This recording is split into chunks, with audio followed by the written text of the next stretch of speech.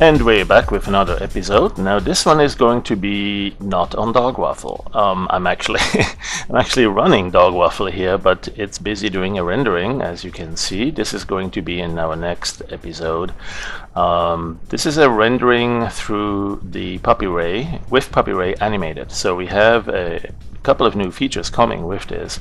And you can see there's a few more buttons if you have the beta already. These are not in your beta yet, but you can basically have it remember all these parameters, even all of these here, all the parameters that are being used to control the fog distance, the camera position, the camera angles or rotation, the world, elevation map size and position, the light source. All of these parameters, quite a number of them, are being stored in keyframes, and you can delete the entire keyframe sequence to start from scratch. You can also remember keyframes and then go and animate through that. So that's what I've done here, and I've launched the rendering, and it's now on frame 336 out of 1,000. I have an animation with 1,000 frames that I'm rendering here, and we'll see that in another video or another tutorial on how that worked and what it looks like. Alright, so in the meantime, what are we going to do?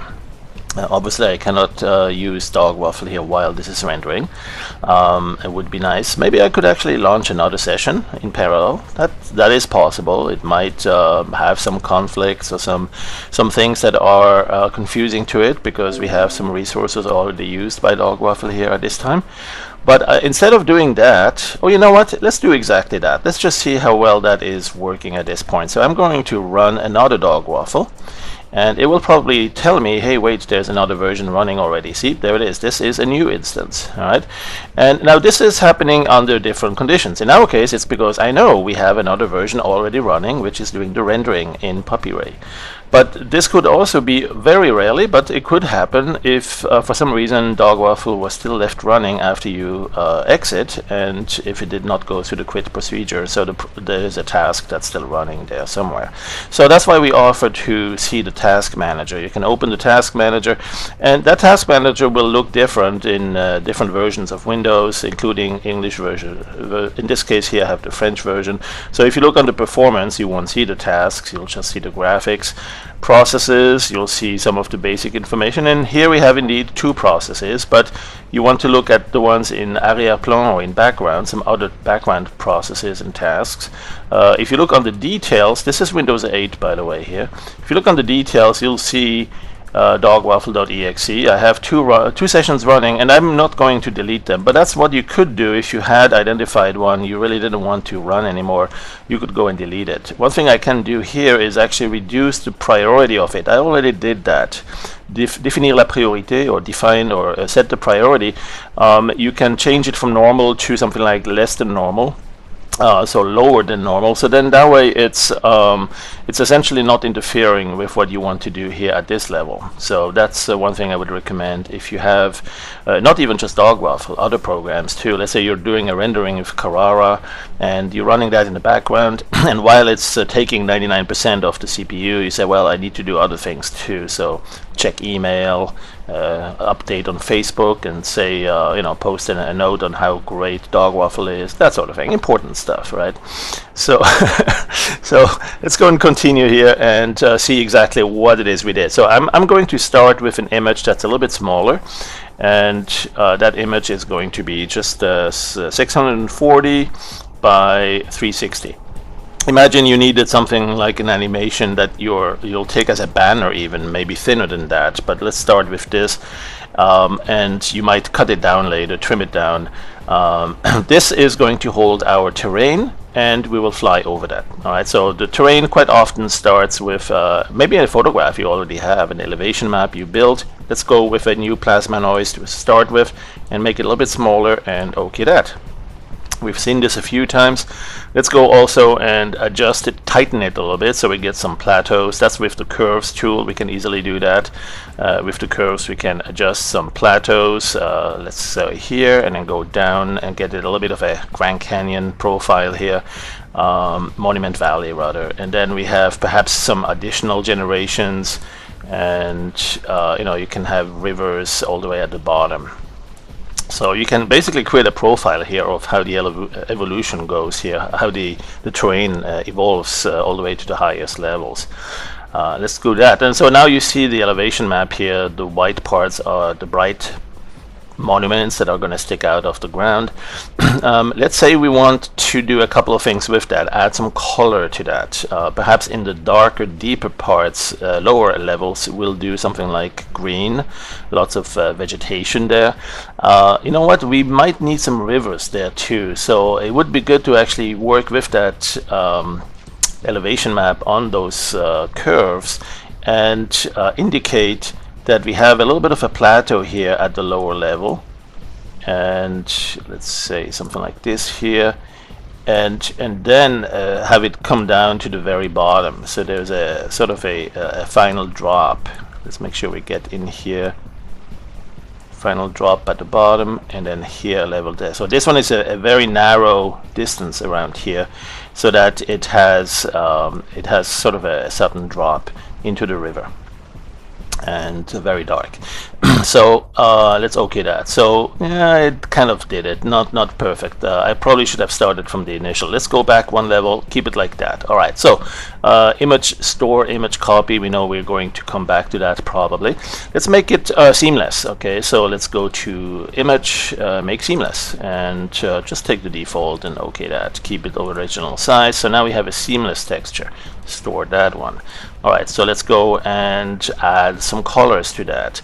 So for colors, the one thing I really like for that is, if you want to map them to elevation, basically the brighter it is, the more it gets a different color. You could go to the sweep editor or the gradient editor. I'm more familiar with the sweep editor. Going from left to right really means from dark to bright. And I can change that. Perhaps I can take this one and invert it. Now that would put the dark green, blue-greenish into the deep area, the dark areas, but I want some parts to be even darker. So red and green should go totally away at the very end here. And blue also, so there's no blue, there's no red. In fact, the whole value, the brightness, should come down to 0. It should kind of go black here, right? And then we have some areas that should kind of turn reddish towards the top. So we have green go away, and we have blue go away, and green go away all the way to the edge. So we have just red left, and that gives us the nice Monument Valley reddish look for those monuments sticking out of the ground. The rest of it here is okay. We can perhaps get a little bit less of the blue in this area here, more green, lush green, Amazon forest. There you go. And let's smooth it a little bit. There you go. And so that is the color map that we want to spread all over this terrain. Let's go do that. Let's go filter, color, and map to current gradient, and there you go. Alright, so we have the reds. Perhaps we need to red a little bit further to this green area here, right? So because right now here we have these monuments coming out here. Maybe this part should already be orange reddish to begin with. So let's go look at the green and reduce that a little bit. Something like so, and there's too much blue there too, although the vermilion color is kind of neat too. We have vermilion cliffs somewhere in Utah near Bryce Canyon Monument Valley, so on the north side. So let's go and undo that and then map that to filter, color, map to current gradient. Alright, that's a little bit more like it. Alright, so we've got this. Let's go store that. Store the current image. And we could do lots of other things like adding some textures, some perhaps only in the medium range color. So let me go back to the elevation map and say select the dark sides. That would be on the selection, select by dark or shadows. So now we have selected the darker parts, and we could go and make that selection even a little bit more narrow. So if we look at the overlay, there's the pink is the non-selected part. I'm going to go select shrink alpha, so then that way we get it even smaller and a little bit more narrow, contained to the really dark areas here. Let's make it even more narrow, shrink alpha some more. And so that way we have just these areas, the really low parts of the valleys that are going to be selected. Let's move it a little bit. That would be on the selection smooth or blur. Let's view that mask. Yeah, we don't want it too blocky like this. Let's give it something like this. It's good. All right, so in this area, around here, we want to add some boulders or maybe some green texture from lush forests, whatever it is. For that, we can use the fill settings, and we will fill with that fill setting. So we want to make sure it's not a plain color fill like here or a gradient color fill, but actually a pattern fill. And we need to select a pattern that will come from the custom brush. We have some to choose from right here. We could do something fancy with break patterns. And that would look like that, or we could go with some gravel. That will probably look pretty good. This will look pretty interesting too, almost like some forest tops, you know, the tree tops over a lush forest. Then there's grass. That might not be appropriate for this kind of look. You could do all sorts of different textures here. Let's do this one, okay? Kind of boulderish. This one is interesting too. You know, there's really a lot of different things. You could combine some of these too. So let's do this one. Let's make it a little bit smaller though. So let's go to, that's in the brush now. We'll go to the brush menu and resample it. And notice what happens up here in this image as you resample it. And first of all, in the upper left corner, you see the preview of the size of the brush as you resize it. And I'm going to make it smaller and then OK that, and now we have it smaller here. So now that will give us a nice little repetition pattern to fill in over the selected area. So how do we do that? Well, you could go with the fill panel, the fill tool here, the fill bucket, and give it a nice high tolerance. So it goes in there no matter what the current color is. And as you do that, you see it only applies that to the selected areas. Of course, there's a soft transition there. And then you could undo that, but interactively. So the soft undo, not all the way off, not all the way there, but just somewhere in between. So you have a little bit of that coloring from the boulders, from the rocks, or whatever patterns you chose. So let's skip that, and that will give us a nice little variation on the elevation map. That's the idea. So the elevation map is going to be doing this. The color map doesn't have to necessarily. It's going to get a benefit from the elevation map, the variations there. We don't need a whole lot of that actually. Let's keep it kind of subtle.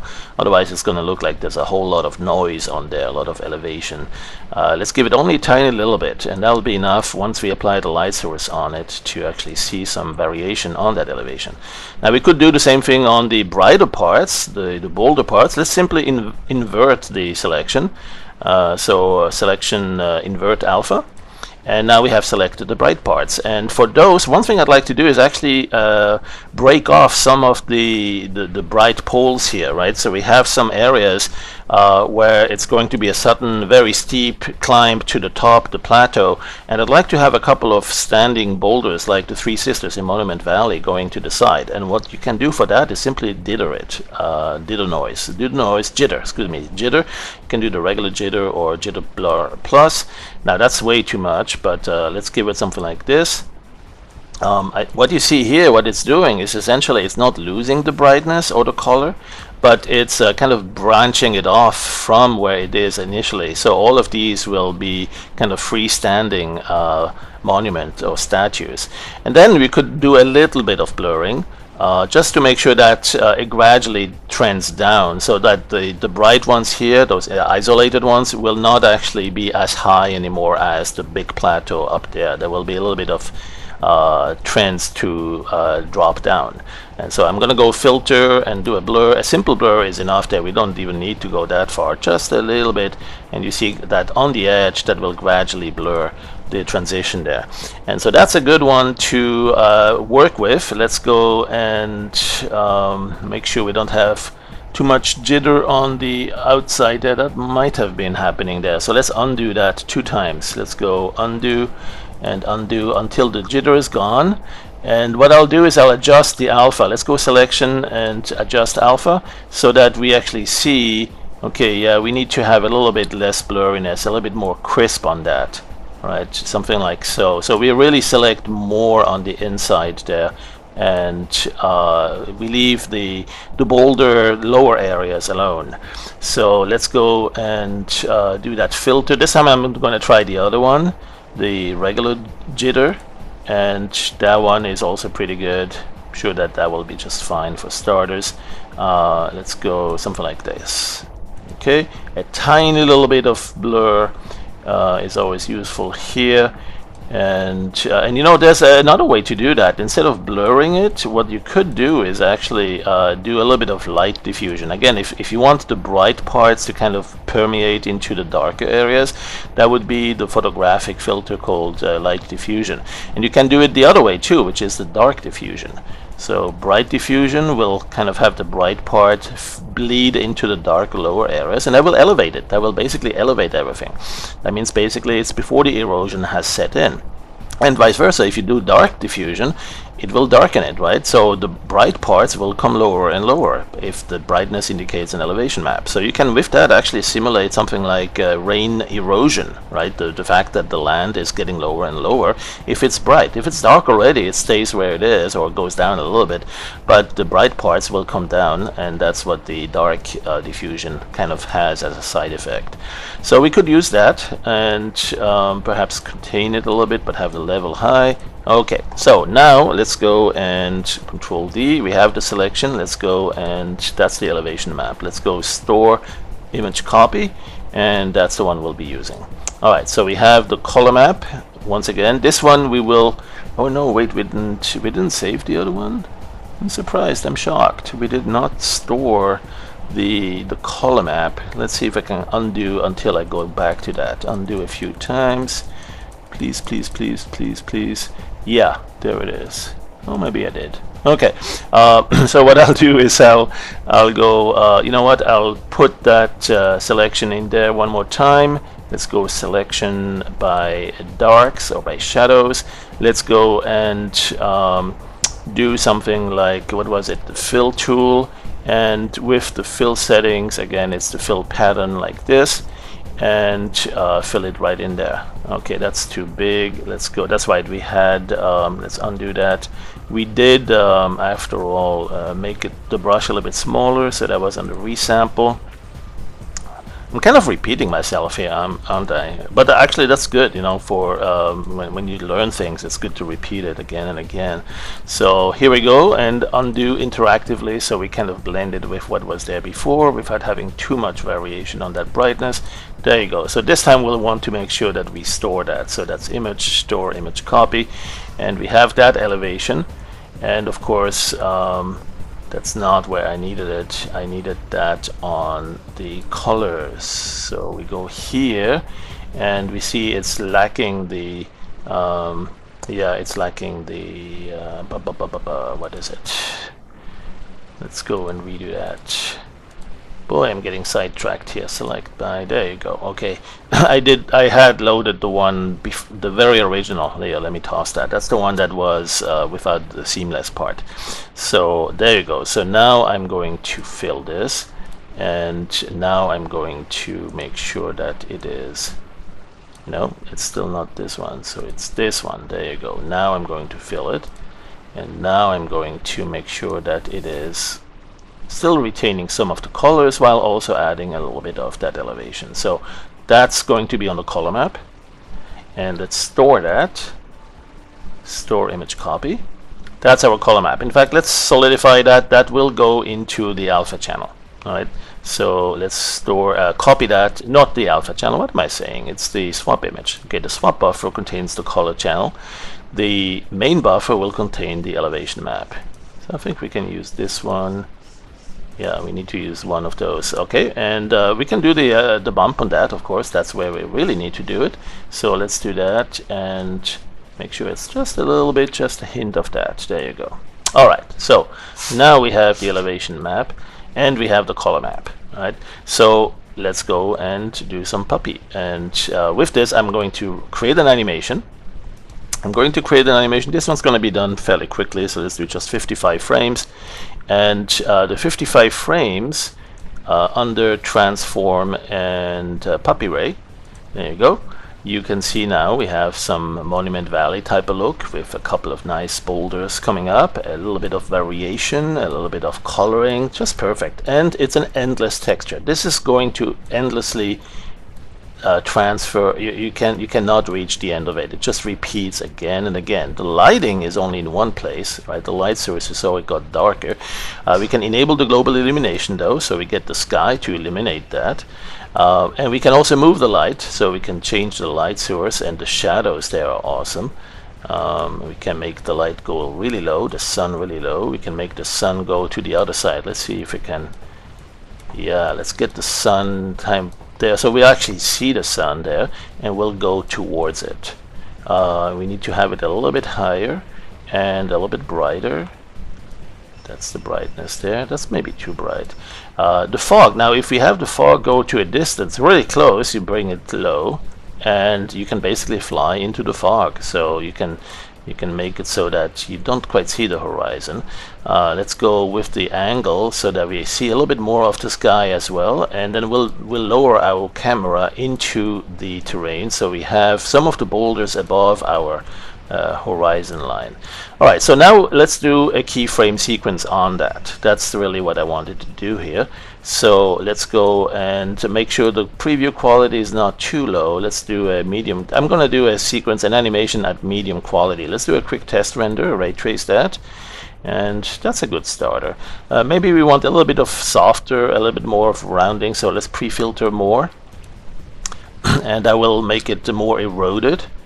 And that's a good point. Let's go do that. Alright, so now what I'll want to do is reduce the amount of global illumination initially, reduce the fog to very close, and let's get started. So keyframe that. Now let's go click here. This little pull down menu will allow you to see the animation scrub frame, but right now there's nothing else there, so let's go forward a little bit. Let's go about a third into the animation, and into that we will have simply the fog disappear or move to the back. So we'll have, where's the fog? There it is. Let's make it go far, and again you can tile it as often as you want. There's no limit. It just takes more time to render, and you can have an endless terrain there, seamless endless terrain. And let's go there and keyframe that. Yeah, perhaps also change the camera a little bit, right? So a little bit like so, and a little bit, not too much. We want to focus on what's actually happening on the terrain itself.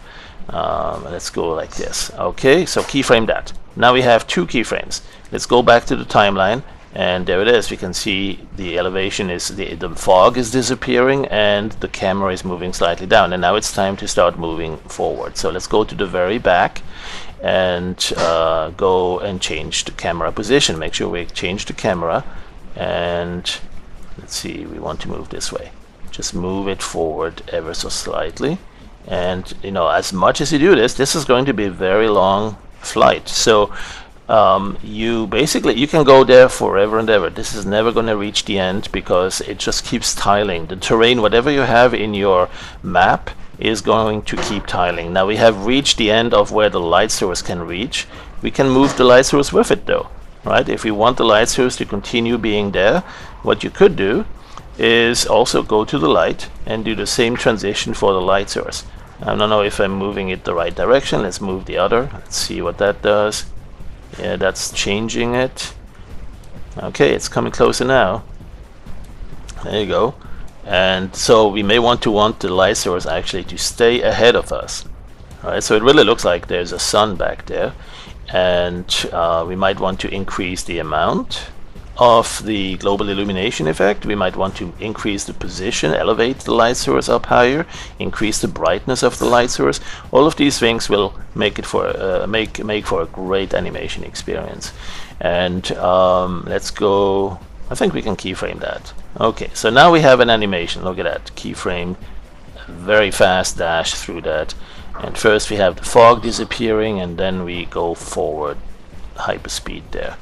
And look at that, we did not even crash into any one of those boulders. Alright, so that's it. And basically now at this point you may want to do a quick test render somewhere, see what that looks like. And if you're happy with that, go render it. And that's going to take a little while. You know, it's probably time to go grab a coffee. But what you do is you see this is one rendering of one frame. You have a total of what, 55 in this one. So click on Ani, as in animation, and it will render the entire sequence. This could take a long time, yes it will.